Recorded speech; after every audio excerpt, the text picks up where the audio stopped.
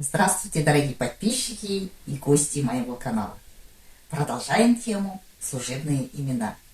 Сегодня у нас очередные слова қасында, жанында, маңында, маңайында. Они все являются синонимами и переводятся возле, около. Например, үйдің қасында өзен бар.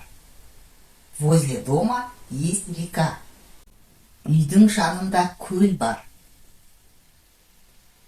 Около дома есть озеро. Үйдің маңында мектеп бар. Возле дома есть школа. Слова қасында и жанында обычно употребляются с именами людей.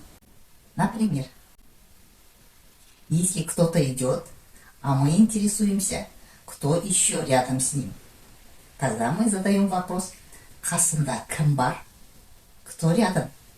Если дословно переводить, кто возле него? Білмеймін. Біреу. Не знаю. Кто-то.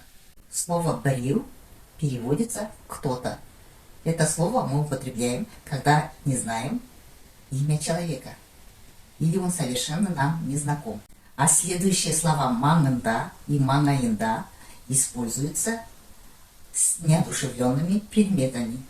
Например, қаланың маңында не бар? Завод, фабрикалар. Заводы и фабрики. На этом мы сегодняшний урок завершаем. А в следующий раз у нас будут еще другие служебные имена. Поэтому не пропускайте уроки.